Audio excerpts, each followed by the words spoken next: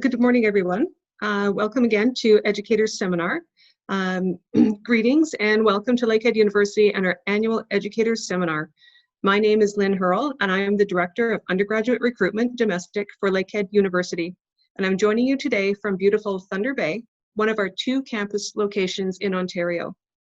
Before we begin, Lakehead University would like to respectfully acknowledge its campuses are located on the traditional lands of Indigenous peoples.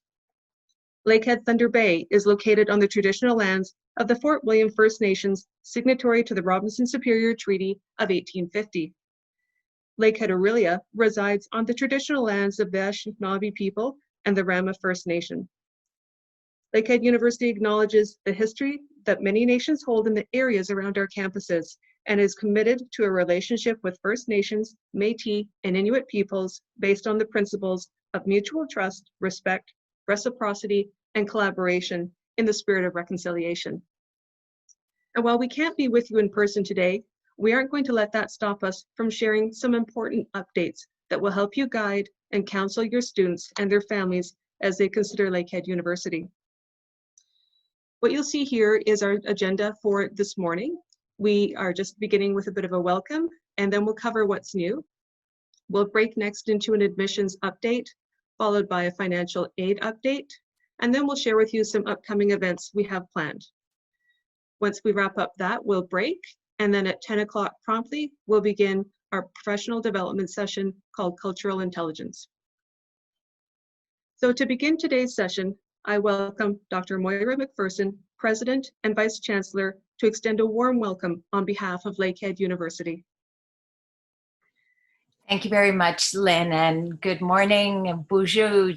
Welcome on behalf of Lakehead University, and a special welcome, as Lynn has said, to our guidance counselors, education professionals, and special guests this morning. I also wish we could be hosting you on our beautiful campuses in Thunder Bay and Aurelia. Fall is such an exciting time at Lakehead with new and returning students, and also starting to plan for the visits that we normally have each fall by prospective high school students and their families as they consider their options for a very personalized post-secondary education and experience. Despite the fact that we can't be together physically this morning, our commitment to delivering quality academic instruction and conducting research and supporting student success has not wavered.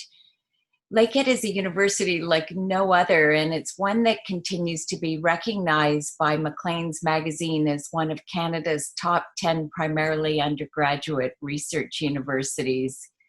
Lakehead has also been named Research University of the Year for 5 years in a row by Research InfoSource. And this is a ranking that's based on both research inputs and outputs, and it highlights our collaboration with industry, government, and with our community partners.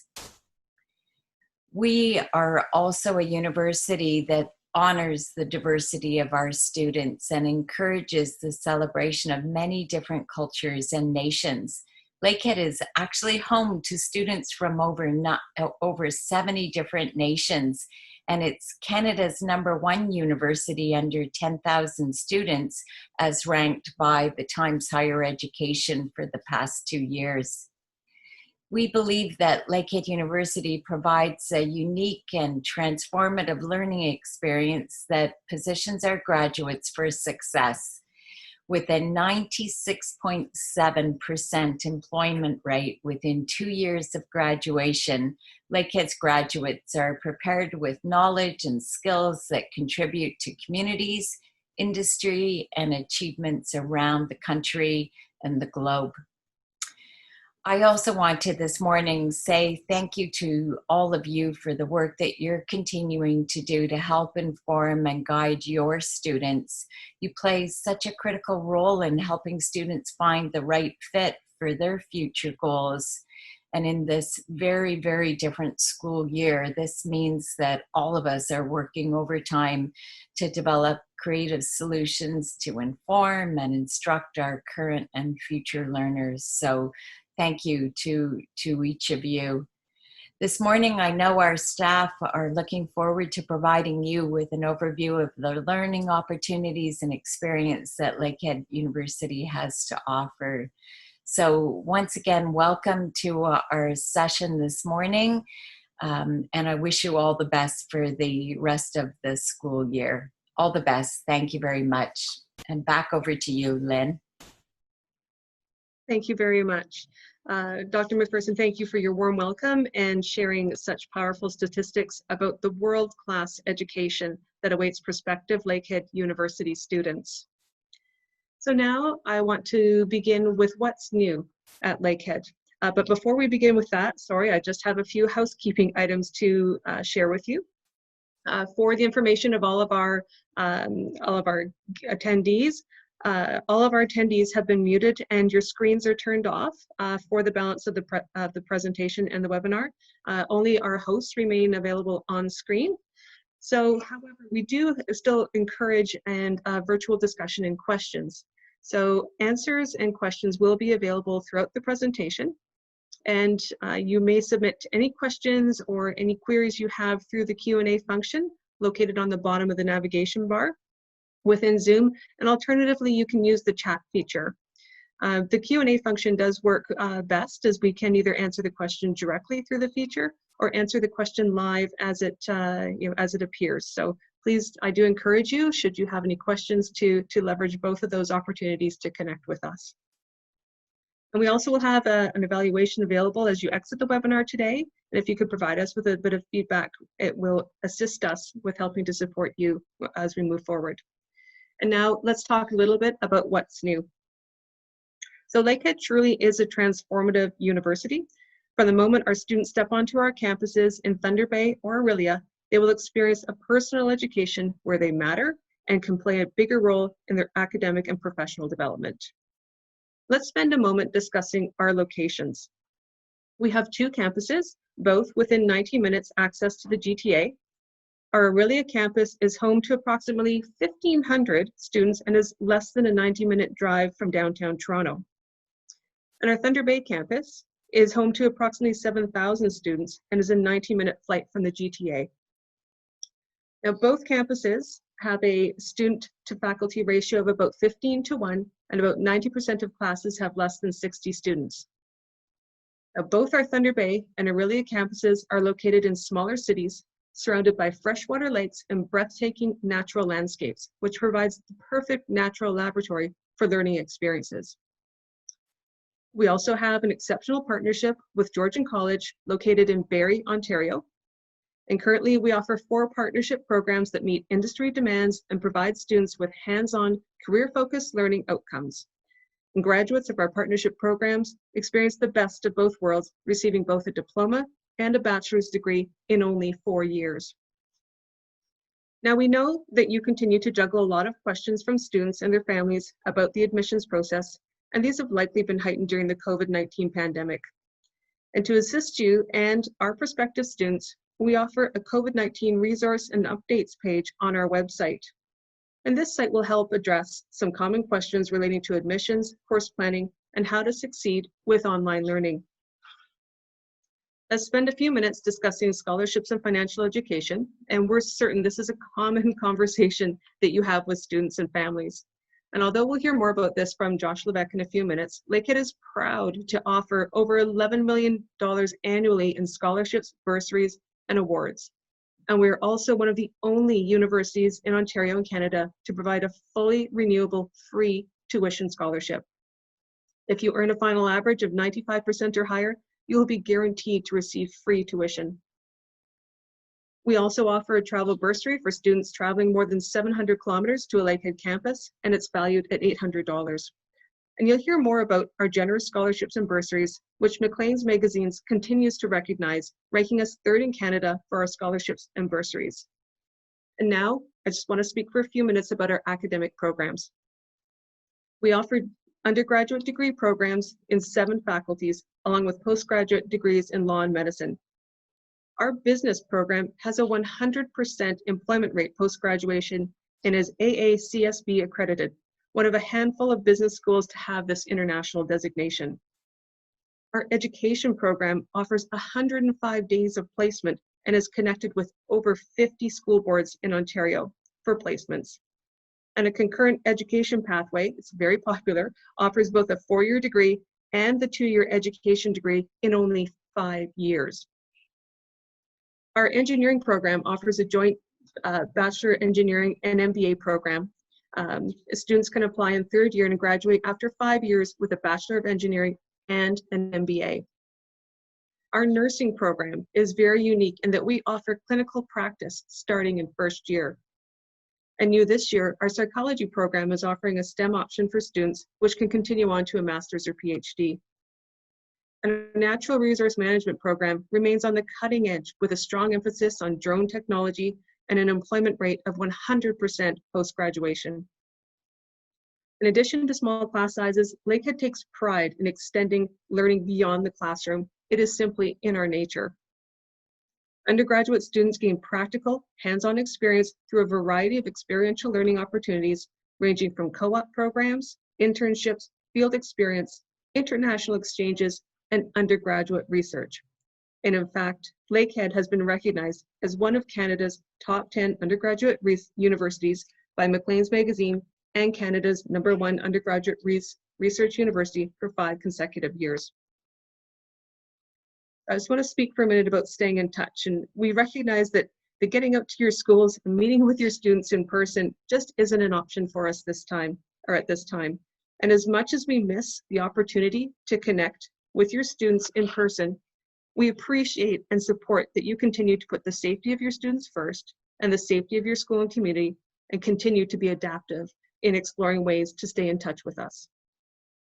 To help connect with you and your students, Lakehead University is happy to be offering a series of webinars for students and families to explore Lakehead virtually.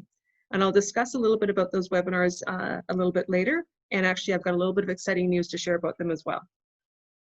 We also continue to offer virtual campus tours via our website, and that will continue for the foreseeable future. And finally, our recruitment team offers virtual one-on-one meetings with students and families, where our team of recruiters are happy to answer all questions relating to our academic programs, the application and admissions process, our student supports, residents, financial aid, and more. And we also continue to extend our Lakehead Lessons opportunities for schools. And this opportunity allows schools to benefit from having faculty deliver programming directly to your students, supporting programming and curriculum currently being studied. And although we prefer to deliver that program in person, we've adapted and we're able to deliver this program virtually. So please connect with me or any one of our recruitment team to learn more about that opportunity. So we recognize that as education professionals, you play a role in guiding and supporting prospective students with understanding the admissions process. And here to speak about the admissions process, new program offerings for fall, and some changes to the admission requirements is Ms. Shauna Heimers, Systems Admission Officer, who will provide some updates on programs and the admission process this year. Thanks, Lynn. Good morning, everyone. I just have a few updates to go over this morning, and then after that, we'll have some time for questions. So first, we've changed the name of our Native Access Program to the Indigenous Transition Year Program. This program is geared towards our Indigenous applicants who may not meet traditional admission requirements. The program appears on the list of programs on the 101 application, but there's a link there that will take them to our internal application if they're interested in applying for that. And that application is submitted directly to us if you have any interested applicants. Also, we have a few new college transfer programs that I just wanted to go over in case you have any students that are planning to go to college before completing university. So we have a new transfer for our computer programming diploma.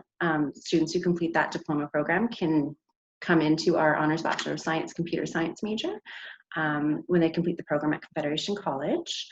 Also, we have a film production diploma to Honors Bachelor of Arts English degree transfer program. So if you have any students interested in film production, that opportunity is available to them. Can we go to the next slide, Tori? Thanks. So also we have a Honors Bachelor of Kinesiology degree transfer program. And here listed are a bunch of diploma programs at various colleges. So if you have any students looking at those diploma programs, there is the opportunity for them to come into our Honors Bachelor of Kinesiology degree program afterwards.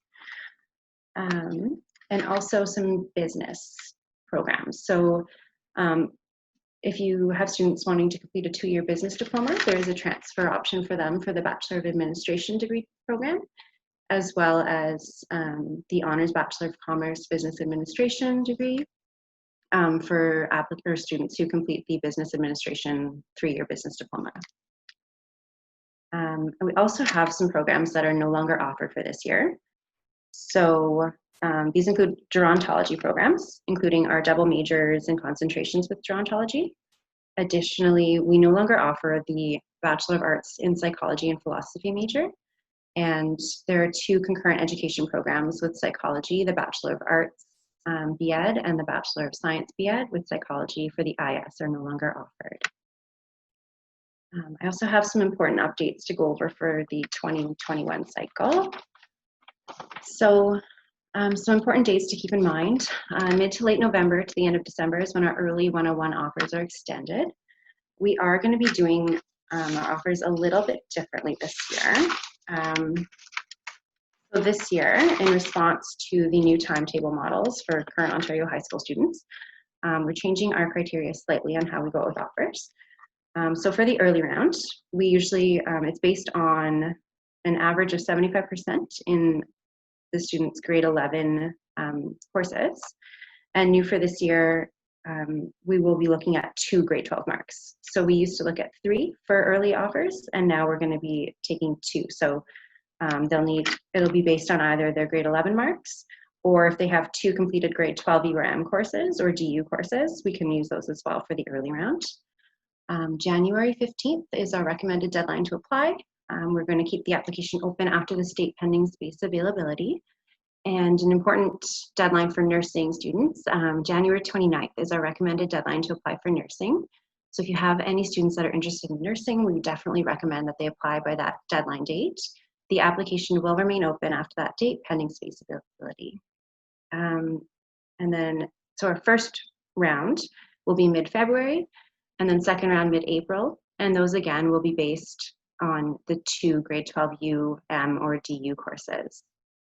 I also just want to mention August 13th is the deadline to meet any admission conditions. So if you have any students during summer school, they'll need to have all of their marks and their OSSD by August 13th. And then just a few quick reminders to go over. So after an applicant applies, they receive an acknowledgement email from us, and that will go to their email account that they used on the application.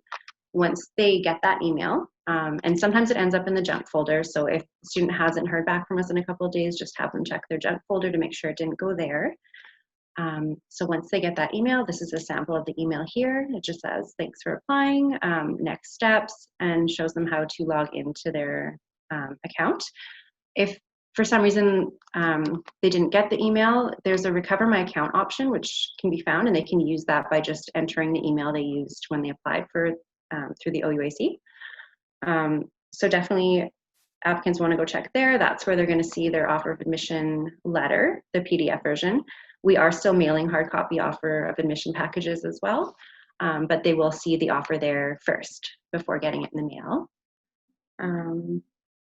And this is where they'll see their admission assessment letters. So it's on the applicant tab. They'll choose my admission assessment letters, and then they can select the program. And once they select that, a PDF copy of their offer letter will show up.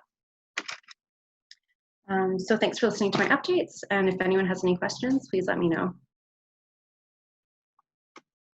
Okay, thank you very much, Shauna. For our participants, I see we do not have any questions or chat at this point yet. There's quite a lot of important and valuable information that Shauna has just shared with you.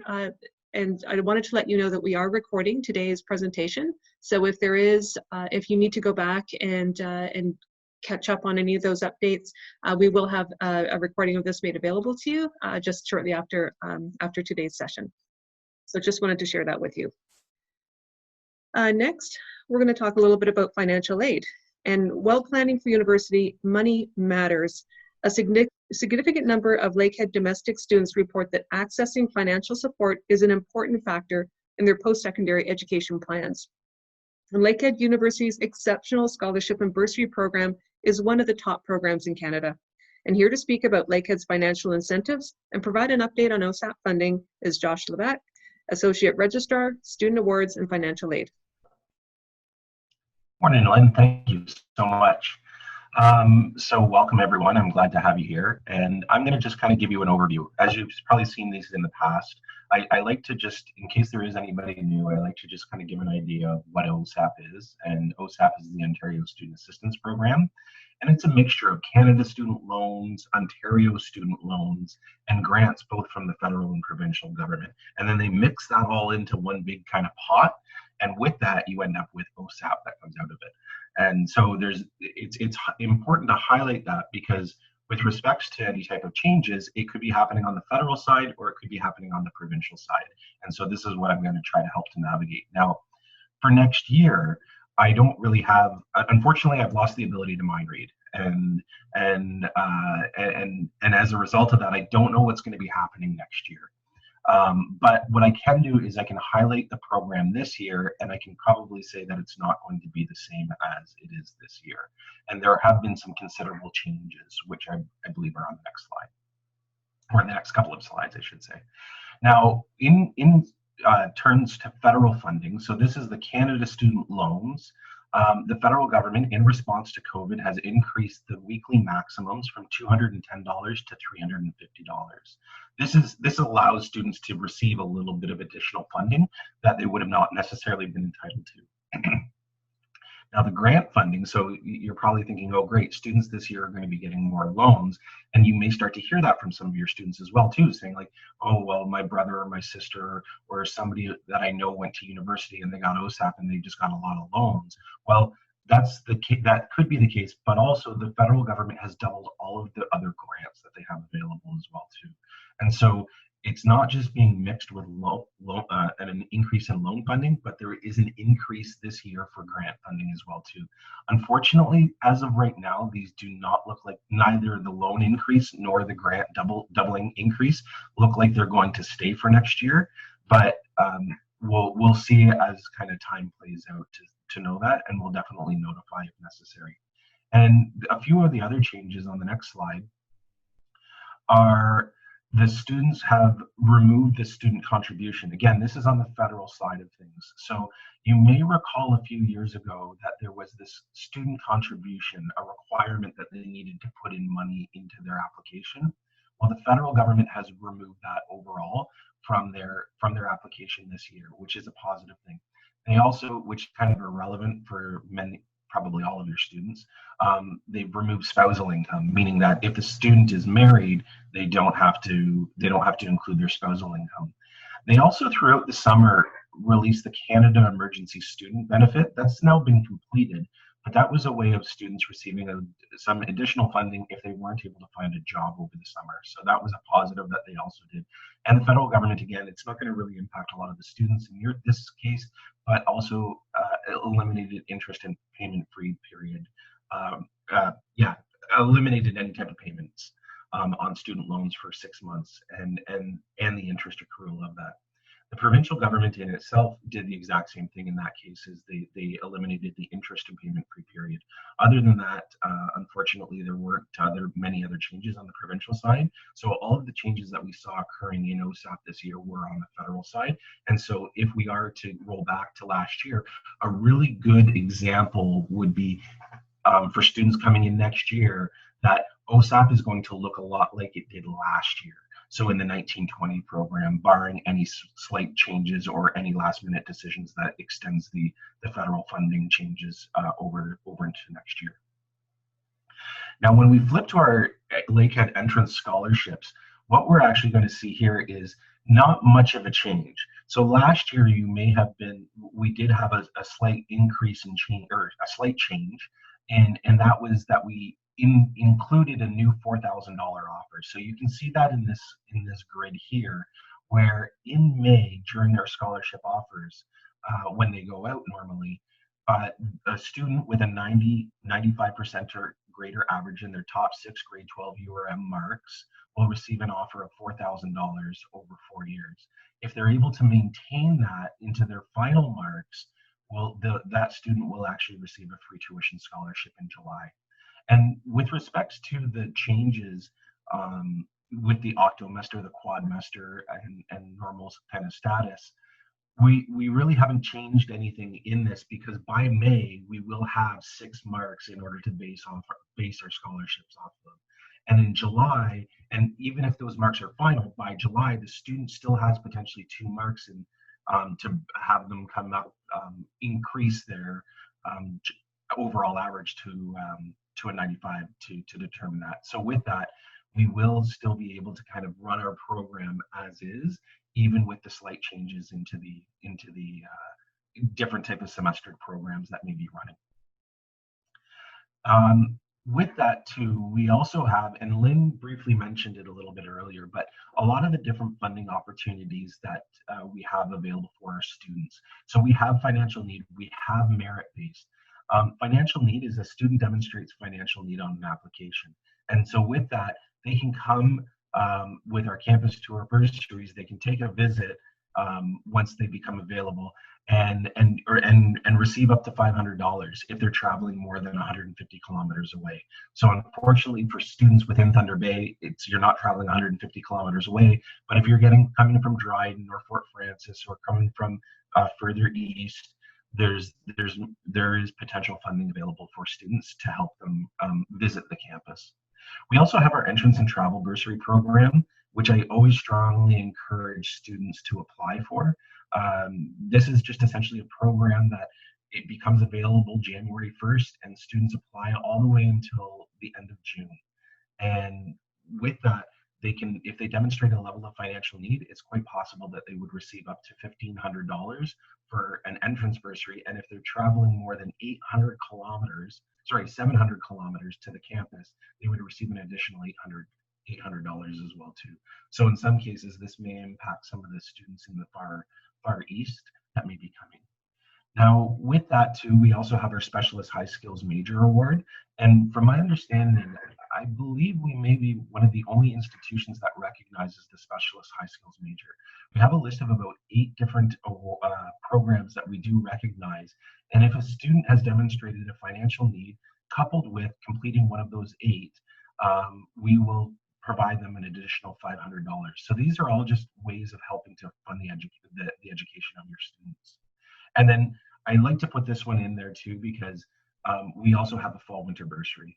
And so once the student is here, there's money available. And that's really what I'm trying to highlight as well too there, is that we don't just kind of bring you in saying, enticing you with all of these goodies and saying, well, then fend for yourself for the rest of the time. Even in their first year, they may qualify for additional funding from the institution when they come here. So I would encourage your students to review our My Awards portal, and there's tons of opportunities, over 800 opportunities through there that the students can look at and potentially plan in advance to see what's coming down.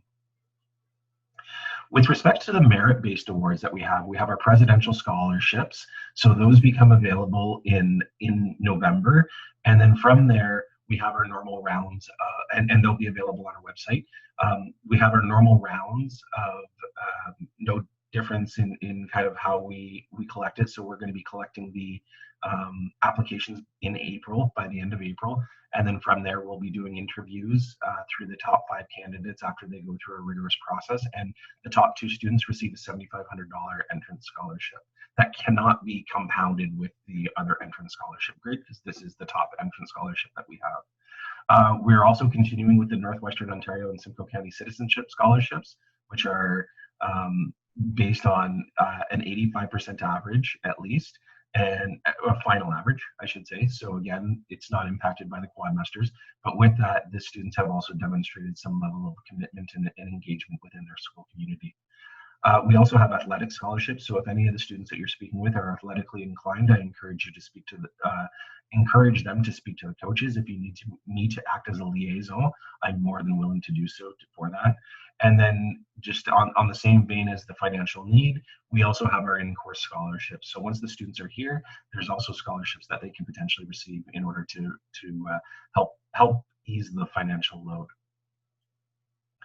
And just on that, for students, they can always contact our Student Central team. Our Student Central team is a great point of contact. They're able to help from all the way from admissions, and it's almost, I'll say, kind of to some degree, a little bit of recruitment. Sorry, Lynn, but they will help, and they have a lot of those answers. So if students are looking to learn a little bit more about OSAP, or looking to learn a little bit about our any of the scholarships that we offer, our professionals, or even for that matter, our programs, our professionals are geared up to help them as well too, and just as our recruitment teams. So I think it's a really kind of great benefit. But if there's any questions, they can always direct there. And then any questions? Thanks so much. I don't see any as of right now. No questions is usually a good sign, or it was a very boring presentation, so I'm not certain. All right. Thank you. Okay, thank you very much, Josh. And just to highlight again, our Student Central professionals are available to answer all questions, and also our recruitment team is available after hours, after business hours, for one-on-one sessions that can just be booked directly through our website, lakeedu.ca. And I also encourage you to take a look on our website at our scholarships, awards, and loans section. It's under admissions. There's a great resource there for both guidance and for students and families to review all the scholarship and bursary opportunities through Lakehead. So thank you very much, Josh, for sharing that information. So next, we're going to speak for a few minutes about upcoming events. So we have a series of, as we mentioned earlier, we continue to offer a series of webinars to help prospective students and families learn more about academic programs, admissions, and more. And we have a Getting to Know Lakehead series. It's also referred to as so we have a Getting to Know Lakehead series. It's called Discover Lakehead. It runs Tuesdays at 7 p.m. It's running right now until November 10th. And in that particular session, you have an opportunity to talk with recruiters and get just a general overview of programs that are happening at Lakehead, and just help kind of identify where the connection between the students' interests and what our programs are to help build their academic career. We also have an Explore Lakehead series that runs on Wednesdays, and this one is actually hosted in partnership between our recruitment team and faculty members. And so there's an opportunity to learn, to talk directly at this early point with faculty that could be potential faculty for a student, and to ask those questions about what the program might be like. We cover a number of different faculties and programs. Next week on October 20th is our education, Exploring Education. So I do encourage you to share with students and check for yourself. For registration, it is through mylakehead.ca events, and we definitely encourage that as an opportunity for students to learn more. And finally, we are excited to showcase our upcoming virtual open house. This is happening on Saturday, October 24th from 10 till 2, where we're going to open our doors virtually for prospective students and families. And the event features a virtual exhibit hall where registered participants will pick up a virtual backpack and tour around 21 exhibitor booths to pick up virtual brochures, faculty and program videos, and most importantly, have an opportunity to chat one-on-one with current faculty and researchers and our student services teams. And in addition to getting to know more about our diverse degree programs, the participants will be able to visit and chat with support services that will guide them through their academic careers. And this includes our admissions office, student awards and financial aid, student wellness, student success, and more. Registration is now open, and you can register through our website at mylakehead.ca/events. And new this year, I just wanted to highlight that if you do attend virtual open house, or if a prospective student visits a virtual open house, or any one of a number of virtual events this year, a first-year undergraduate domestic student is going to be automatically entered into a draw to win free first-year tuition. That's a big, exciting piece of news for us that we're just starting to share now, and you can learn more about that shortly through our website. And at this point, if we do not have any questions that have come up from the group, we will go into a break until 10 o'clock, where we'll begin our professional development seminar. But again, if there is any, we are recording this session today, and if there is anything that you need additional feedback on, or questions or queries, do reach out to our recruitment team or contact myself directly. And at this point, we will take a break until 10 o'clock. Thank you very much.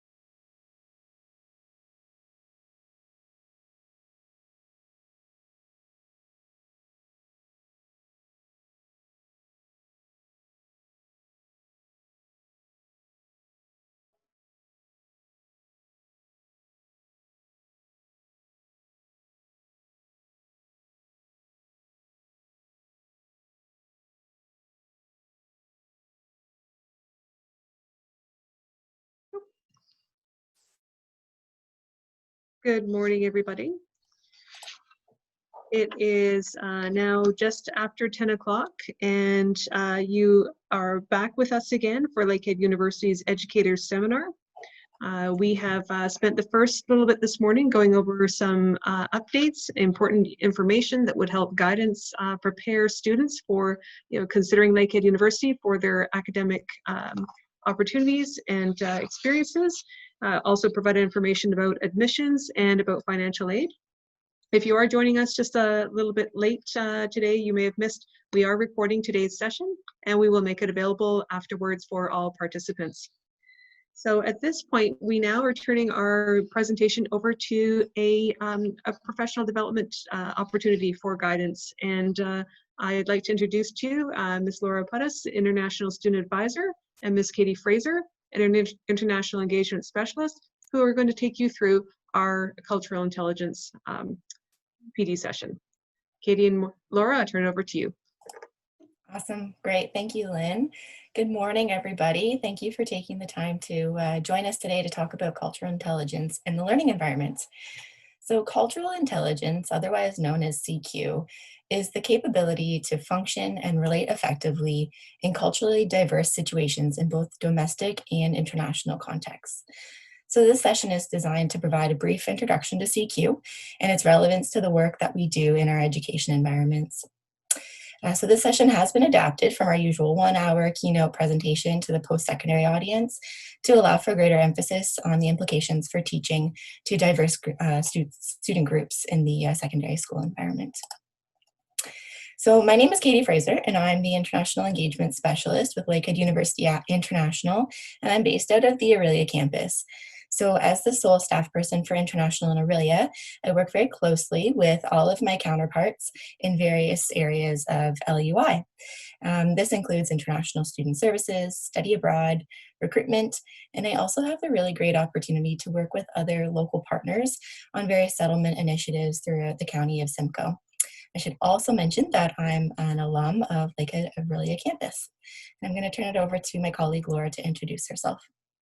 Thanks, Katie. My name is Laura Puttis. I'm also a Lakehead graduate and an international student advisor on the Thunder Bay campus. So I've been in my position for about 5 years now, and my role involves working very closely with international students from all different backgrounds, helping assist them transition to the Canadian academic environment and their new community here in Thunder Bay. But I also work really closely with our student exchange programs and manage the exchange programs on the Thunder Bay campus, where I work with largely domestic students, preparing them to go abroad and experiencing all these different cultures. So it's a very, very interesting role. And yeah, I'm very excited to be here today. Awesome, thanks, Laura. So Laura, myself, and our Vice Provost of International, James Aldridge, received training in spring 2020 through the Cultural Intelligence Center, and we became certified to teach the Developing Cultural Intelligence Workshop, as well as the Unconscious Bias Workshop. And after this, we've begun incorporating CQ at Lakehead through faculty orientations, new student orientation, and classroom presentations. All of us have been working in the field for some time now, but this is actually the first opportunity that we've had to present to an audience of professionals working in the secondary school education system. So again, we thank you guys for joining us today. So before we jump in, just a few housekeeping pieces. Given the size of the group, we're going to take questions at the end. We are going to try and engage you as much as possible in this online environment using some tools available to us through Zoom. So the first tool we're going to be using is the polling feature. And when we do this, the poll will pop up on your screen and you'll just need to click and select your multiple choice answer from the different options that you're provided. We also will make use of the chat box. So at certain times, we'll ask you to comment or chime in. And to access your chat box, you're going to use the toolbar that is probably by default at the bottom of your screen. You will click the chat button, and just make sure that when you're doing that, under the to line, that it says to everyone. Otherwise, you might be sending your comments to one specific person.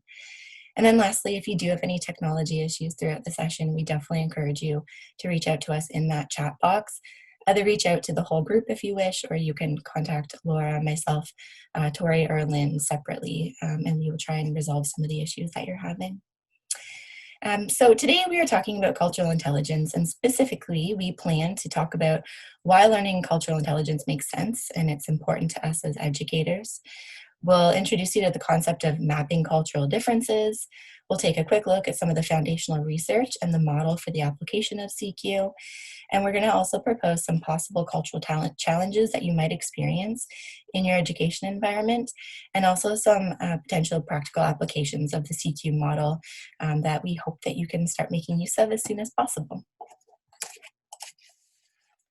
So to get us started, we are going to talk a little bit about why CQ and that background, and tell you why it fits into the role of your role as guidance counselors and teachers day to day, in person, but also in our new virtual world.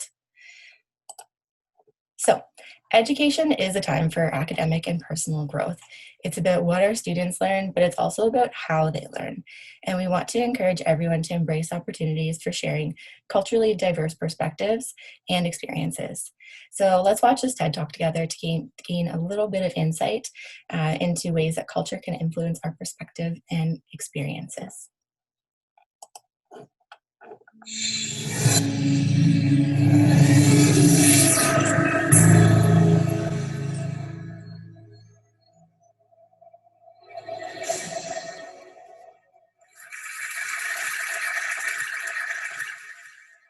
So imagine you're standing on a street anywhere in America, and a Japanese man comes up to you and says, excuse me, what is the name of this block? And you say, I'm sorry, well, this is Oak Street, that's Elm Street. This is 26th, that's 27th. He says, okay, but what is the name of that block? You say, well, blocks don't have names. Streets have names. Blocks are just the unnamed spaces in between streets. He leaves a little confused and disappointed. So now imagine you're standing on a street anywhere in Japan. You turn to a person next to you and say, excuse me, what is the name of this street? And they say, oh, well, that's block 17 and this is block 16. And you say, okay, but what is the name of this street? And they say, well, streets don't have names. Blocks have names. Just look at Google Maps here. There's block 14, 15, 16, 17, 18, 19. All of these blocks have names. And the streets are just the unnamed spaces in between the blocks. And you say, okay, then how do you know your home address? I said, well, easy. This is District 8. There's block 17, house number 1. You say, okay, but walking around the neighborhood, I noticed that the house numbers don't go in order. I said, of course they do. They go in the order in which they were built. The first house ever built on a block is house number 1. The second house ever built is house number 2. Third is house number 3. It's easy, it's obvious. So I love that sometimes we need to go to the opposite side of the world to realize assumptions we didn't even know we had, and realize that the opposite of them may also be true. So for example, there are doctors in China who believe that it's their job to keep you healthy. So any month you are healthy, you pay them. And when you're sick, you don't have to pay them because they failed at their job. They get rich when you're healthy, not sick. In most music, we think of the 1 as the downbeat, the beginning of the musical phrase. 1, 2, 3, 4. But in West African music, the 1 is thought of as the end of the phrase, like the period at the end of a sentence. So you can hear it not just in the phrasing, but the way they count off their music. 2, 3, 4, 1. And this map is also accurate. There's a saying that whatever true thing you can say about India, the opposite is also true. So let's never forget, whether at TED or anywhere else, that whatever brilliant ideas you have or hear, that the opposite may also be true. Domo arigatou gozaimashita. All right, so although I haven't had this particular experience of being in a new geographically different place, I've definitely experienced some cultural differences and difference in perspectives in my role, and I'll share one of those examples. Excuse me. So on my first day in this job, we already had a group of students from Mexico who were studying in one of our language programs on campus, and countless times that day as I was being introduced to people, I was hugged and kissed and called ma'am or miss by so many different people of varying ages that day. And being raised in Canada by Canadian parents, I was expecting a handshake, as hugs were generally reserved for some social time, mainly with family members. And as for being called ma'am, my immediate response was, how old do they actually think I am? But as some of you might realize, in many Latin American cultures, the hugs were actually an expression of warmth and gratitude and happiness. And being called ma'am actually reflected their stronger emphasis on power differences within their culture, and was actually a great form of showing respect. So, weird or just different? I would encourage everyone to think carefully about how your own experiences and background might affect how you see certain situations, and appreciate that the varied backgrounds of our students will affect how they perceive every situation that they come across. So to take a step back, and for the purpose of our work here, we define culture as a shared pattern of values, beliefs, assumptions, and behaviors that distinguish one group from another. Many of you have likely heard of or seen or used the iceberg analogy before in various contexts, and it's just as useful in the conversation that we're having today. So culture is made up of many visible and invisible contributing factors. It's what's accepted and familiar to a particular group. So what's accepted and familiar to me might be, and probably is, very different compared to yourself. And although this might apply to small interactions like how you greet people or how you write an email, where this potentially becomes challenging is when there are different notions of what's accepted and familiar in terms of ways of how we give feedback and instruction and interact socially. So we want to get you a little interactive here and take a moment to kind of reflect on this question. What was the cure for the common cold growing up in your household?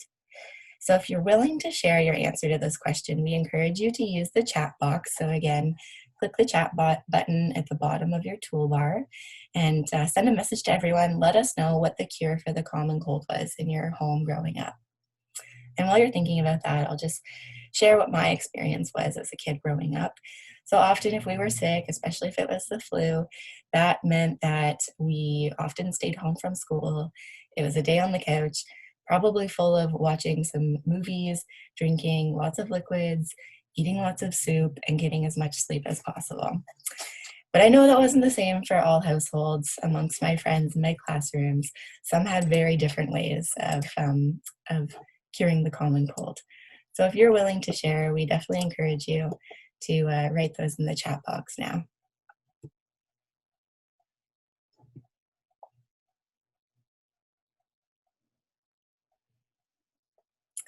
Yeah, so we're seeing some people did have to go to school. They didn't have a choice.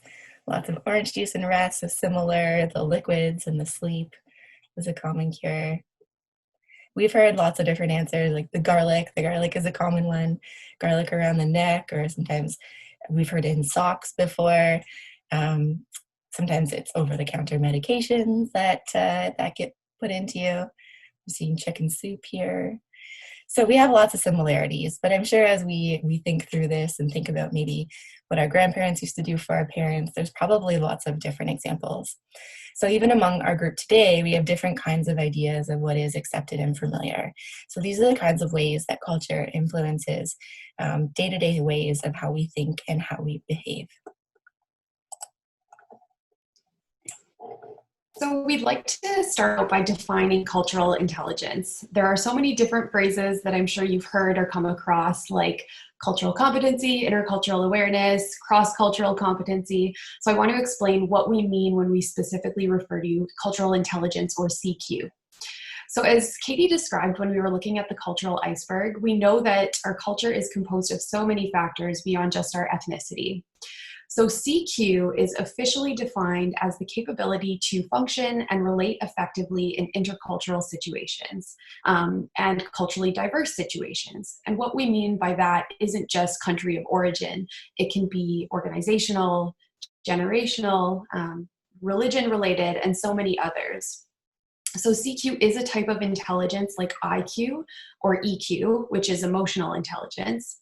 But CQ sort of picks up where these other forms of intelligence leave off, and it provides us with really practical and interpersonal skills that are needed when cultural contexts change. So quite simply, CQ is the overall capability for working with, or in your cases, guiding and leading and teaching across cultures comfortably and confidently. It includes important elements like cultural sensitivity and cultural awareness, but it emphasizes effectiveness. So instead of seeing cultural differences as a problem that we need to overcome, an individual with high CQ might view these differences as a good thing, a benefit, and know how to strategize within these differences to come up with innovative solutions. A person with high CQ also values cultural differences and sees that as a strength within any organization they work in. So we know that culture is dynamic, it's not fixed, and CQ really stresses the importance of demonstrating cultural flexibility. So although some aspects of CQ are kind of innate, and some of us may have higher CQ than others more naturally, anyone that is motivated to develop their CQ can definitely attain an acceptable level over time. So we are going to get into all the nitty gritty of it, the CQ model and the different theory behind it. But we're going to kind of kick off by talking about why CQ is so important, and a little bit about the research behind it. So the notion of cultural intelligence emerged in academic circles at the turn of the 21st century, and it's become increasingly prominent and discussed amongst educational institutions, businesses, and different organizations since then. So as the world moved from one millennium to the next, a lot of attention was put on globalization and the growing interconnectedness of our society. So from a broader context, outside of sort of the educational sphere, to demonstrate why we need CQ and why it's so important, there are a couple of motivating facts on the screen.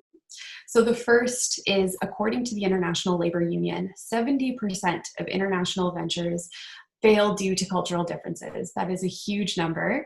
Number two, education isn't the only sector booming with diversity. We're seeing this in all sectors of our communities, businesses, and so forth.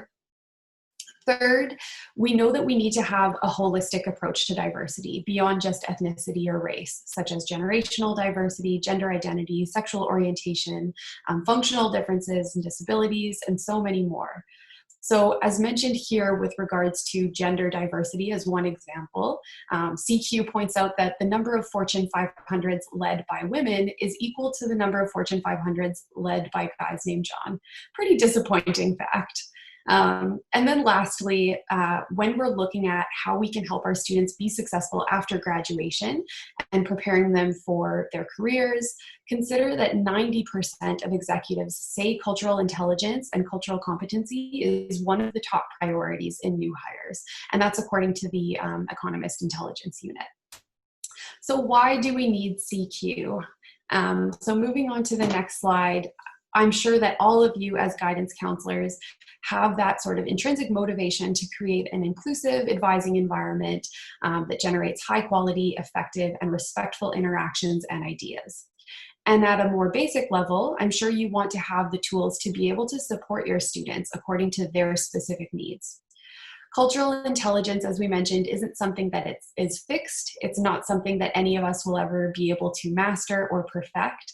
But even just having the willingness to open your mind and think about this concept and reflect on your own identity and biases and consider adjusting your practices can make a huge impact on your success as a counselor and your students' success as well. So as I mentioned before, educational institutions in Canada, both at the secondary and post-secondary level, are becoming increasingly diverse. And we're seeing record high numbers of international students, as well as more first-generation students and Indigenous students.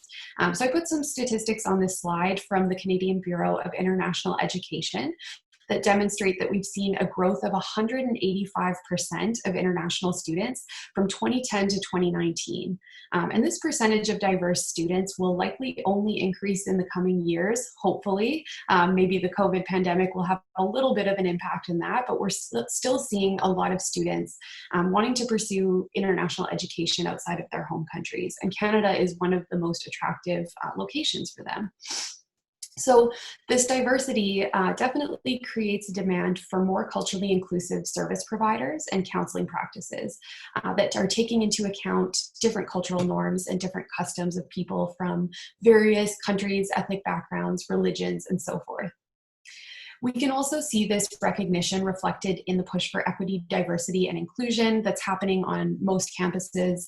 I know especially at the college and university level, with schools creating action plans and initiatives to bring these types of issues to the forefront. So I believe that CQ can not only help make you a more comfortable and confident advisor when you're leading culturally diverse groups of students or guiding an individual student from a different cultural background, but it can also really help increase your students' motivation and performance because you're helping them relate to you as an advisor at a level that's a little bit more culturally appropriate. So moving into the research, there are a few different models similar to CQ and cultural intelligence out there, but CQ is used by institutions like Harvard, Google, Stanford, and a lot of other major organizations and businesses. It's an innovative, research-based, and globally recognized way of assessing and improving effectiveness in culturally diverse situations. It's a model rooted in over 2 decades of academic and peer-reviewed research conducted around the world in over 100 countries. And the critical question that informs CQ research is, what is the difference between individuals and organizations that succeed in today's global world and those that fail? So in instances of CQ training, like Katie and James and I went through, there are quite thorough tools and assessments that they use that they then use as empirical evidence to allow them to modify and grow their research over time. And research teams from all over the world have documented the huge amount of scientific and statistics-based research that makes up CQ. We're not really going to get into that today, but if you are interested to learn more and view some of the peer-reviewed research articles and so forth, there are a lot of great resources on the CQ website, which is culturalq.com. So I would encourage you to check that out. So now I will pass it over to Katie to wrap up this section of the presentation. Great, thanks, Laura. So when you leave here today, we hope that we've inspired you a little bit to maybe continue doing some reading and more personal reflection. You might get curious about how CQ can further inform your profession, how it relates to your school board's internationalization strategy, or maybe how it fits with any equity, diversity, or inclusion strategy or goals that your school or your school board might have. We won't spend a lot of time on this, but we thought it was worth mentioning and sharing how LUI views this work. So through Lakehead University International, we're actively working towards our vision and our mission through continually expanding our study abroad program, which includes partners in over a dozen different countries around the world. We hire international and domestic students for part-time work to help support our various outreach programs and supports and services. And we're also launching our Lakehead Global Certificate, which is a certificate that recognizes the effort that students are putting into broadening their cultural awareness. So we've really just begun this journey of arming our staff with cultural intelligence training in the interest of being more effective in engaging when we're working with different members of our community, whether that's on campus or off campus. And we really plan to engage as many students, staff, faculty, and members of the community like yourself as possible throughout this whole journey. So now that we've provided some background on how we're viewing culture and the research behind cultural intelligence, we really want to move forward with using these definitions to further explore some of the cultural differences in our day-to-day lives working within the education sector. So having been part of the educational environment, reflect on how you've expressed parts of your cultural identity through your day-to-day activities. If you would like to share any of these insights, we definitely welcome you to type them in the chat box now. But think about how, where, and why you learned these different behaviors that maybe prior to thinking about it seemed like they were maybe second nature to you.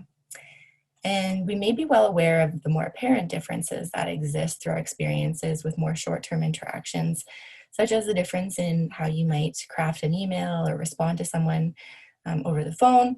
But what about the differences that become more apparent through longer-term engagements and repetitive efforts?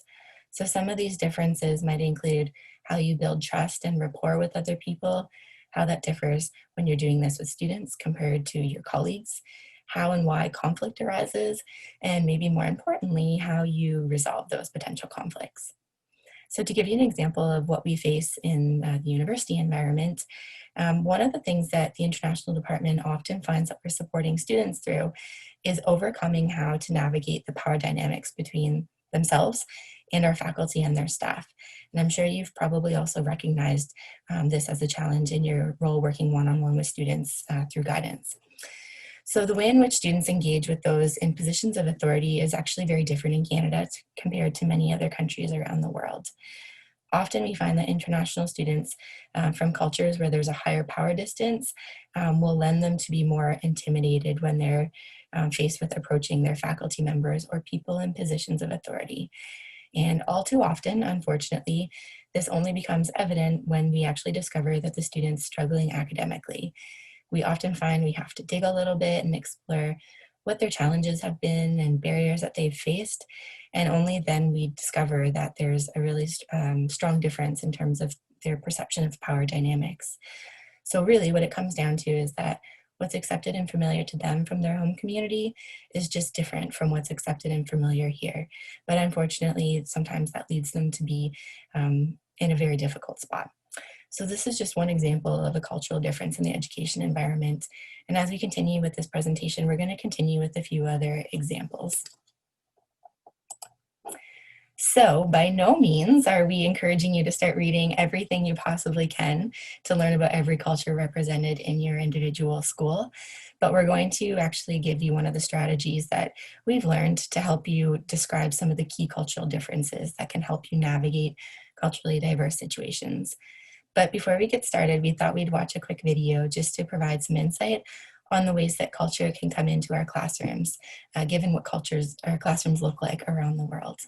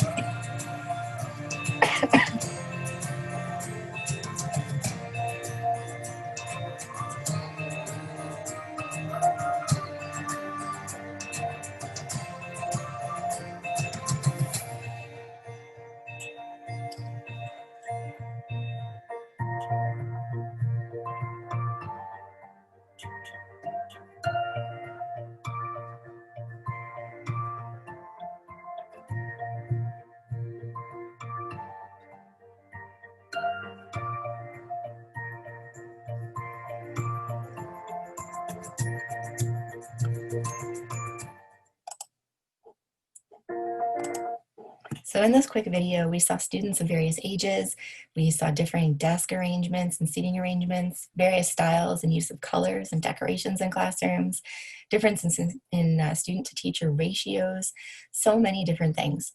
So their experiences in their education system of their home country has taught them a great deal about what's accepted and familiar. And so these cultural experiences are ingrained in them. And whether we know it or not, consciously or not, they're bringing these experiences into our classrooms in the Canadian environment. So learning about cultural clusters is one way to educate ourselves on cultural differences. Researchers have actually identified 10 distinct clusters of nations, each of which reflect similar patterns of thinking and behavior. So to give you one example, we can talk about the Anglo cluster. And the Anglo cluster includes countries like Great Britain, Australia, Canada, New Zealand, Ireland, and the United States. And so by clustering nations into these culturally similar groups, it's much more helpful to us in summarizing the similarities and differences among these different societies. And if you're interested in learning a little bit more about each of these clusters around the world, we recommend the book that's shown on the screen here called Expand Your Borders by David Livermore. It's a really quick read, and it is a great summary of the 10 different clusters, the similarities and differences that you might see. So each of the following 3 examples we're going to show you are examples of cultural values. And so the first example is with regards to power distance. And so one end of the spectrum, we have low power distance, and the other end, we have high power distance. So individuals with low power distance emphasize equality and shared decision making. With low power distance people, we often see that they'll forego some of the formalities and create ways to question or challenge authority. At the opposite end of the spectrum, people with high power distance often emphasize differences in status and expect superiors to make a lot of their decisions. With high power distance people, we often see that they'll follow the chain of command very carefully, and they do not question or challenge authority. So the students that I spoke about from Mexico on my first day of work would be an example of people that have a very high power distance. So we're gonna actually launch a poll here, and it's gonna pop up on your screen. And we're going to encourage you to think about where you lie on a scale of 1 to 10. 1 being extreme low power distance and 10 being extreme high power distance. So think about where you would lie on the scale. There's no right or wrong answer, of course. And so while you're waiting for, we're waiting for some of your answers to start coming in, consider how your power distance might come to play in your classroom environment or in your one-on-one counseling with some of your students. So think about maybe what you do to make students feel comfortable when they meet you for the first time or when it's a returning student. Think about how you ask students to contact you, how you encourage students to speak up or share your opinions, the level of formality that you use in your communication, and maybe consider how your strategy might differ as your population of students becomes a little bit more diverse in your community. So we have some votes coming in here. I'll give it a few more seconds for additional votes to come in before I reveal the results to you.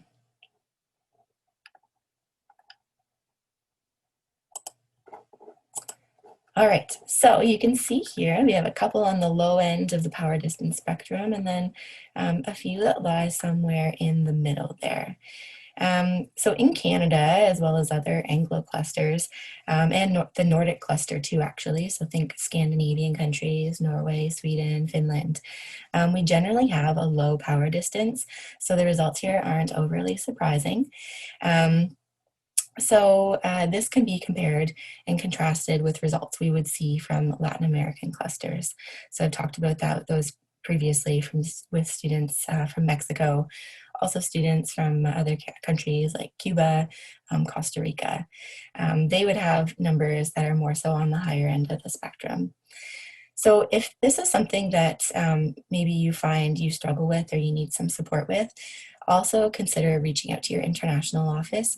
We get some staff and faculty that will come to us for support in trying to understand how they can overcome this dynamic and some strategies that they can employ. And we love jumping in on those conversations just to help kind of bridge the gap and see how we can assist. So in terms of how we can suggest you can implement this within your classroom or some new ideas and strategies, you could be really clear with your students upon meeting them with how they can address you. So what name that you want them to use, Mr. or Mrs., is it your full last name? Is it a shortened version of your last name because maybe your last name is a little bit difficult to pronounce?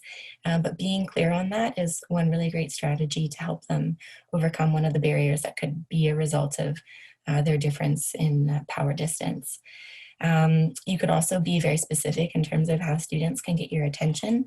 So do you want them to raise their hand if they have an idea to share? Is there any point where they can kind of shout out answers, or when is that appropriate? And how can they approach you if they have something to share or if they need help with something? So just a few different ideas for you. So I'm going to turn it over to Laura to move on to our second cultural value. Thanks, Katie. So the next cultural value we thought to be especially relevant to your work as a guidance counselor is the being versus doing cultural value. Being versus doing is the extent to which individuals prefer quality of life and more relaxation versus proactively working towards goals. So a being-oriented individual responds to things more reactively and passively and sort of goes with the flow, whereas a more doing-oriented individual focuses on productivity, on reaching goals, and having very structured plans and taking more of a proactive approach. So being versus doing isn't always necessarily about work-life balance. It's more about how we as individuals derive energy. So if you're high on the doing side of the spectrum, you might find that even during a day off or a weekend, you're motivated by being busy and productive. You might be the type of person that feels really guilty if you're lazing around and relaxing all day. On a weekend, you probably have a long to-do list and have several things you want to accomplish, even if they're, fun activities. You're just taking a very structured and organized approach. Whereas someone who's on the being side tends to enjoy the lack of things that have to be done on a day off or on a weekend, and they're sort of just taking things as they come. So they don't have that sense of guilt when they're relaxing. They don't need to always have a million things going on. So I'm going to launch a poll again. Perfect. So we're going to ask you again to rate yourself on this scale, 1 being towards the being side of the continuum and 10 as more of the doing side. And as we're waiting for answers to come in, consider this cultural value and how where you lie on the spectrum might actually influence your expectations of your students and your interactions with them as well. So I'll just give it a few moments to get a couple more responses.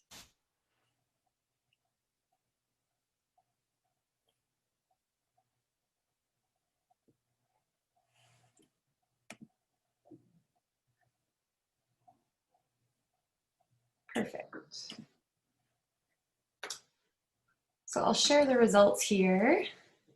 So actually, half of the people fell right in the middle, and then a few more that are more on the doing side of the spectrum. So again, individuals who are being oriented are emphasizing that sort of relaxation, quality of life, a little bit more reactive and passive, whereas doing oriented individuals emphasize being busy and meeting goals. The results aren't super surprising. The Anglo cluster is definitely higher on the doing side as well.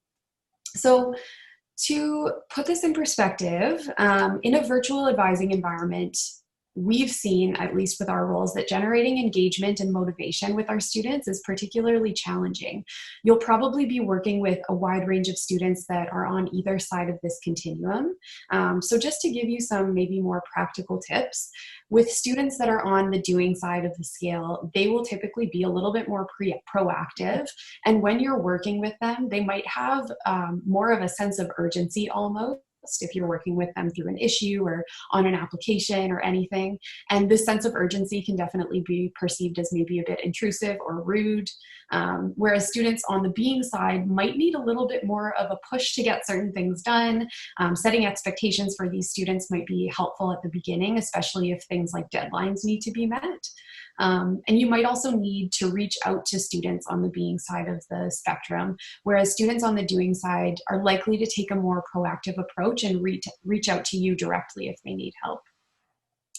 So that is the being versus doing cultural value. And moving on to the last cultural value that we're going to discuss today is all about our communication style. So this is non-expressive versus expressive communication. This is definitely a cultural value we encounter a lot in our work. And we know that communication styles vary from person to person, and oftentimes our way of communicating with others is seen as sort of a facet of our personality. But it's also important to note that methods of communicating are culturally ingrained as well. So this particular cultural value relates to the extent to which an individual prefers to hide their emotions versus show them. So neutral or non-expressive communicators prefer communication that isn't emotional or overly personal. They tend not to share their feelings as much, whereas effective or expressive communicators emphasize open communication. They focus a little bit more on personal relationships, and they tend to share their feelings more readily. So I'm going to launch the poll again so we can rate ourselves. So I just launched it there. So 1 being on the non-expressive side of communication, being a little bit more reserved, and 10 being more openly expressive. I would ask that when you're rating yourself, maybe pay attention to the context and rate yourself in relation to you working with students and in the workplace. I think with this particular cultural value, it can vary so much depending on the context. So when you're with family and friends, it can be a lot different than how you would interact with students or colleagues. So just give it a few more moments for some results to come in.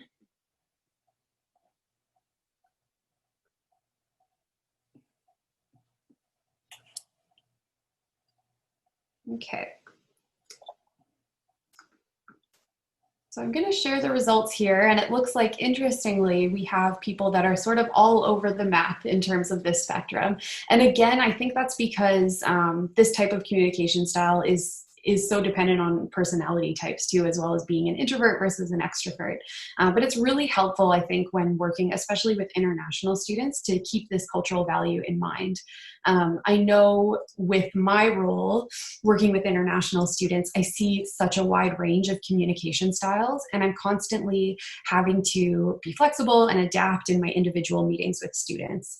So for example, some particular things that I've noticed, certain students need a little bit more time at the beginning of an appointment to warm up and sort of create a little bit more of a rapport, a relationship, have a little bit of small talk, whereas other students want to get straight to the point. You know, even if I ask them how they're doing, it seems like they don't even want to tell me, they just want to talk about the issue at hand. So with students that are a little bit more non-expressive, it can take a bit more to actually get them to talk about the issue that they're facing. And I think this cultural value is also quite heavily related to the first one that we spoke about with the low power and high power distance that Katie talked about. So as a student gets a little bit more comfortable with you and you sort of reassure them that they can approach you with their issues, you might find that their communication style actually starts to change depending on, you know, your relationship with that student. So I think that wraps up our section on the cultural values. Awesome. Thanks, Laura. So in summary, cultural values can help us understand how people typically like to get things done. And they can help us understand potentials for conflicts that might arise or misunderstandings that we might have with different groups of people. They might also kind of reveal what our natural implicit biases are or preferences we might have for working with people more like ourselves. But it's important to remember that your cultural values have nothing to do with whether or not you can work effectively with others who have a different orientation from yourself. It is possible to work effectively with everyone, regardless of where you lie on these cultural values scales. So this is where the cultural intelligence model can really be of help to us. It can provide insight for working and interacting effectively with people who have different cultural value preferences. Great, so moving on to the third section of our presentation, we are going to cover the CQ model. So throughout all of the different research that CQ has done to inform their concept, they've identified 4 primary capabilities that they think consistently emerge among those who can be defined as culturally intelligent. So these 4 capabilities are your CQ drive, knowledge, strategy, and action. And you can think of these capabilities as almost like a skill that you can develop over time to become more culturally intelligent. So the first capability is your CQ drive. This is the motivational capability of cultural intelligence, and it measures our levels of intrinsic interest, our drive, and our energy that's needed to adapt cross-culturally. It can also be defined as simply learning about other cultures and having the confidence when working with others from different backgrounds than our own. So it's all about your willingness to work with diverse others, and it involves your ability to overcome some of your biases, whether implicit or explicit, and your capacity to persist in interactions that are challenging, even when you're feeling, frustrated or confused or burnt out. You're still willing to work within those cultural differences. So they say that actually recognizing the importance of cultural intelligence is the first step in developing your CQ drive. No matter what, we know there are going to be challenges and differences and conflicts when working in an intercultural environment. But the question is, do you as an individual have the drive to work through those challenges? Do you have the motivation to think ahead and strategize for them? The ability to be willing to engage and persevere through intercultural challenges is one of the most important aspects of CQ. So for example, looking forward to the rest of the school year, consider what types of intercultural situations might be challenging for you right now, or what types of challenges you might be anticipating, and what kinds of emotions does that generate for you? To what degree might you be aware of the importance and energy that's required to work through those challenges? CQ Drive will help manage the stress that comes from addressing and planning for intercultural situations. And next I'll pass it to Katie to talk about CQ knowledge. So the second component of CQ is CQ knowledge, and it's one of the best ways to better understand intercultural situations that may otherwise leave you a little bit confused. So this refers to your insights into why people think and behave the way they do. It helps you figure out when a behavior is a reflection of one's culture and when it's more likely a reflection of one's personality or maybe the circumstances that you find yourself in. So for example, CQ knowledge looks at learning broad cultural values, which we previously just explored 3 of, and learning where to find the right information when you need it, rather than thinking that you can master all of the information about all of the various cultures that you may be working with. So a good question to ask yourself when you're faced with a situation that may be due to cultural differences is this cultural, or is this a matter of personality or circumstance? So when it comes to CQ knowledge, there's a few different subdimensions of it. One is with regards to business systems. So this refers to your knowledge of maybe economics and legal systems. There's values and norms, which might include an understanding of religious beliefs, for example. Sociolinguistics would be, for example, if you spoke a second language, or maybe if you have skills for teaching language skills. And then lastly, there's leadership. So maybe you're knowledgeable of how people are managed differently across various cultures, or managed differently in the workplace, or maybe manage their households differently. So these are the various areas that can make up your CQ knowledge.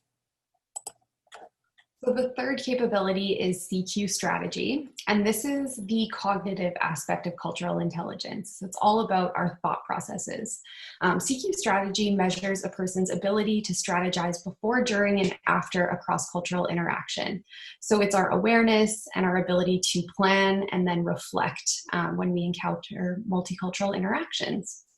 So the challenge of CQ strategy is slowing down long enough to actually observe what's going on inside your own mind, and perceive what reactions are happening in the minds of others that you're interacting with.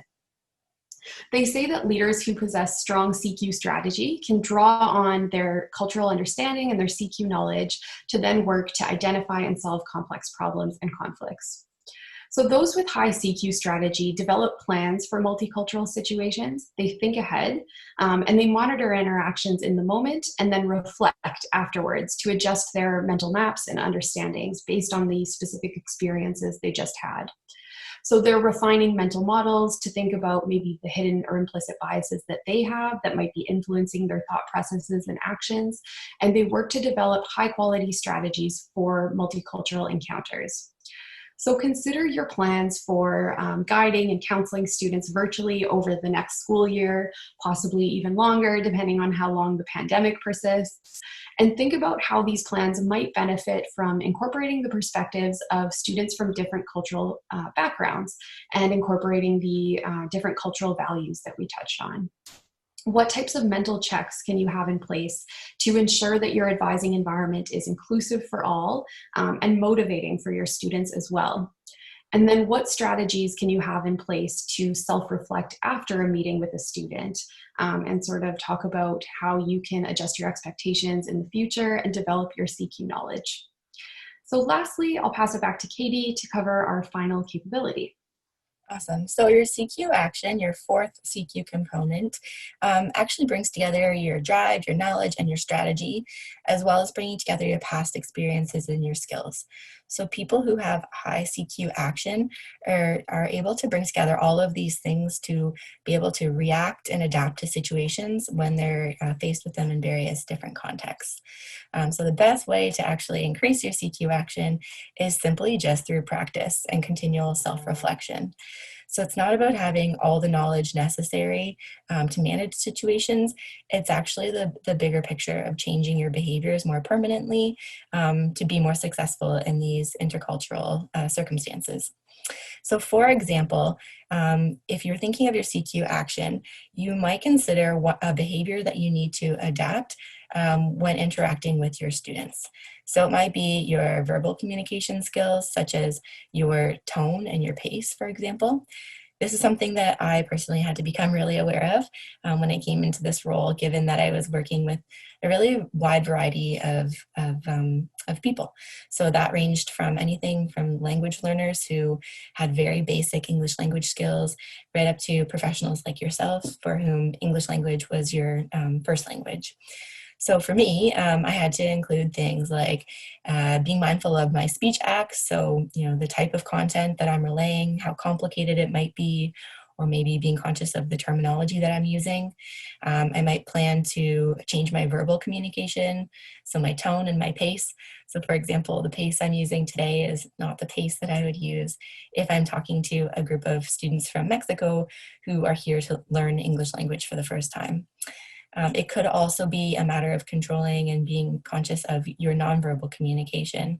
So things like your facial expressions or the different gestures that you're using.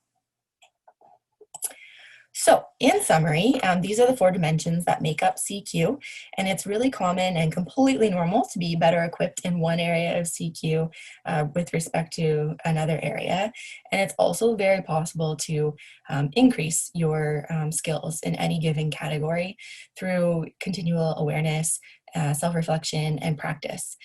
We've offered up a few different suggestions so far, but in the next section, our final section today, we're going to take a deeper dive into some practical applications for each of these different dimensions. So when it comes to CQ drive, and again, this is your level of interest, your persistence, and your confidence when you're having these multicultural interactions and engaging with students from different cultures, we have a few different suggestions for you. So again, to maybe inspire your curiosity and get you motivated to learn more, you might reflect on any multicultural experiences you've had in the past.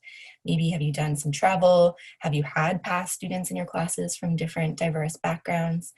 Think about what you enjoyed about these experiences. What did you learn? And how could you harness this positive energy to then use it going forward to support your international students? Maybe consider how your advising practices could benefit from having insight from those from various cultural backgrounds.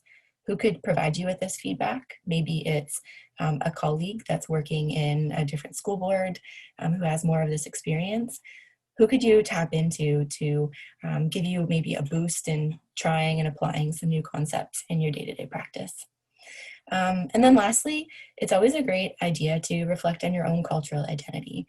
And this could be done in a formal setting. So maybe a staff PD day, you could organize some kind of activity to get to know your colleagues better and get curious. Or it could be as simple as just inspiring some type of conversation around the lunchroom table to better get to know your colleagues. When it comes to CQ knowledge, again, this is about understanding how cultures are similar and different and where you're gathering that information from. So you could get curious about what's going on in your guidance profession abroad and what others are doing in other schools locally or maybe around the world. This could be a great source of new perspectives for you and give you new ideas to implement into your practice. You could, from a sociolinguistic perspective, reflect on the different phrases, idioms that you use in your day-to-day environment. I know this is something that I've had to be very cognizant of. So I've caught myself using phrases like break a leg, or let's call it a day, or that's a game changer. But I've really had to force myself to consider what these types of idioms might mean and be interpreted as by a student from a different culture. So how could they take this in a literal way and really not understand or have any idea what I'm talking about? So challenge yourself to maybe consider how you could convey the same concept, but use maybe more basic or simplistic language. Another great thing to do is participate in any events or activities that are being hosted, whether it's in your school or in your community that have a cultural context to them. We have lots of staff and faculty that will come out to culture days or maybe study abroad presentations, just really to learn about the diversity on campus, learn more about others who are joining their classrooms. And it's a really great way to just inspire those person-to-person conversations and get to know other people. Lastly, we do have a resource list that we're going to post at the end of this session. So we'll give you that, but another really easy thing to do if you're social media savvy, check out maybe Facebook and Instagram, follow organizations or people from other cultures or other backgrounds. You'd be surprised what you can actually learn from social media and in harnessing it for this positive activity. So you might learn about common festivals or celebrations that are part of certain cultures and learn about what's really important to these people. That could even be what the current events are that are happening in these different communities. Awesome. So applying CQ strategy. So again, CQ strategy is how a person makes sense of culturally diverse experiences, and it's occurring when you're planning ahead for an intercultural interaction, being in the moment and observing during that interaction, and then reflecting afterwards. So there are several different ways you can strategize to ensure your advising environment is inclusive for everyone. So to give you some tips, I thought it would be helpful to draw on subdimensions of each capability. So the 3 subdimensions of CQ strategy are planning, awareness, and checking.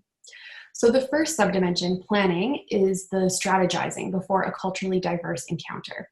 So to do this, you could consider gaining more insight into the different cultures and backgrounds represented in your school, and maybe do a little bit more research before meeting with a particular student, especially if you don't know them already. So to do this, Katie mentioned a couple of great suggestions in the last slide with the CQ knowledge. You can also connect with maybe your enrollment office or EDI office if you have one, just to learn about more of the cultures that are represented on your campus in particular. And you can think about, have I worked with students from this cultural background before? What have I learned in those interactions? You can also connect with colleagues that might have similar experiences.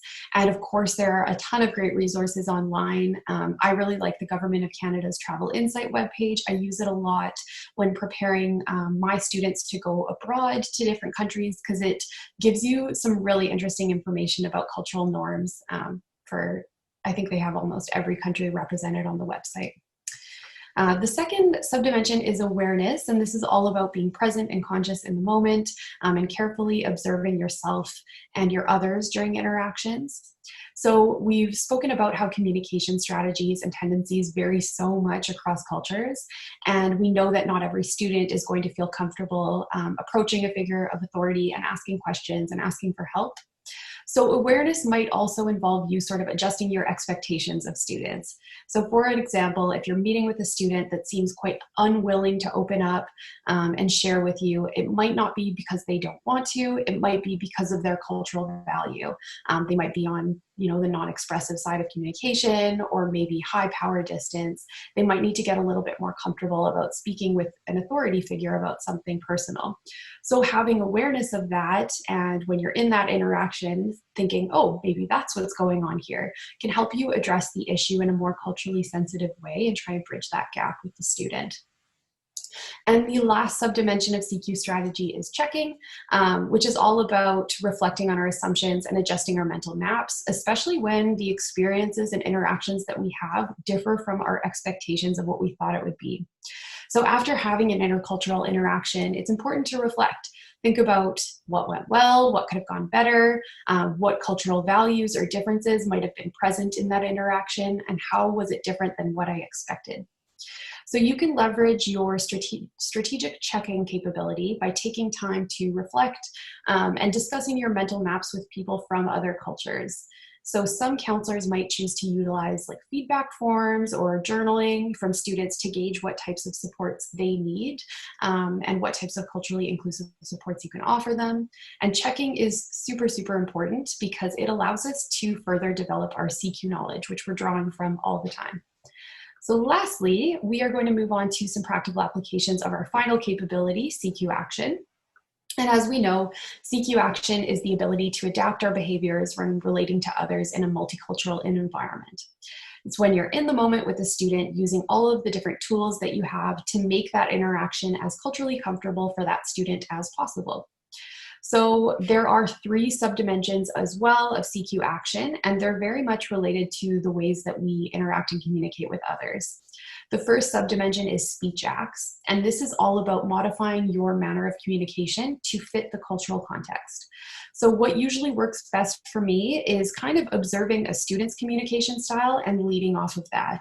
So for example, if a student is quite serious, even when we're discussing a not very serious issue, I will try and mimic that. I'll make sure that I'm taking their, concerns seriously, because that might be what they would consider to be a respectful communication.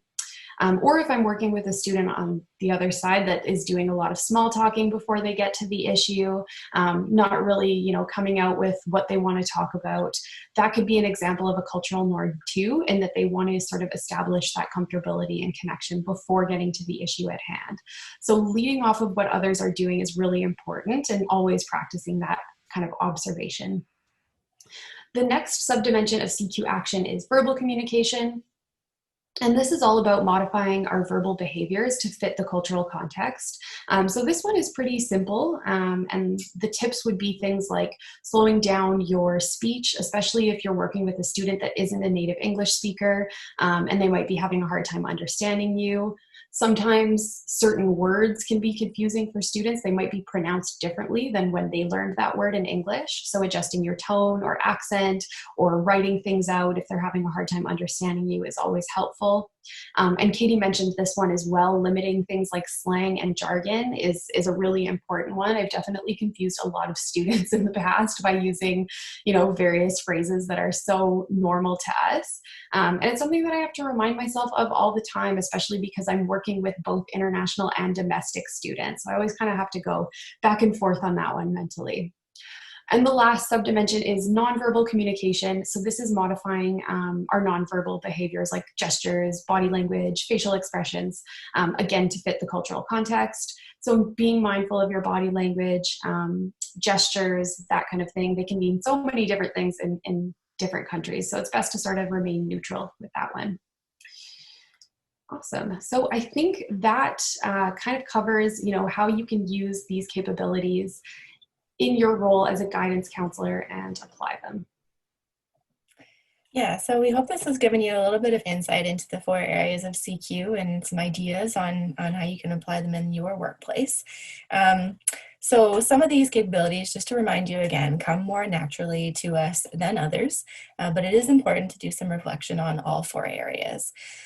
Through our experience becoming certified to teach the Developing CQ workshop, we actually had the opportunity to take some self-assessments to see where we lie and how we rate on these different areas of CQ, as well as all of the different cultural values, which we discussed earlier.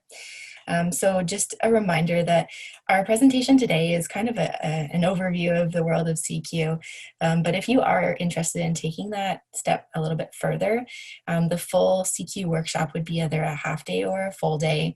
You would have the opportunity to do the self-assessment, as well as potentially do the 360 assessment, where you would have up to 5 peers provide you with feedback, which personally was really insightful for myself actually, and has been useful for actually applying it to figuring out what PD opportunities I want to pursue going forward and put a little bit more structure behind that. So we are going to wrap it up there. We do want to leave you with some of those resources we had previously mentioned. So some of these are from the Cultural Intelligence Center. We mentioned the book by Dr. Livermore, Expand Your Borders. Some of the online resources towards the bottom of this screen are very, very handy. Particularly, I'll point out Harvard University with their Project Implicit site. This is a series of little quizzes and tests to show you where your implicit biases exist. This could inform you of maybe an implicit bias you have towards age or gender or education level. So again, just helping you with that self-reflection piece. The more you can be aware of, the easier it is to address some of those implicit biases and kind of adjust your behaviors going forward. So we'll leave it off there and we'll actually just open it up to questions. If anybody has any, you are welcome to enter them in the chat box now.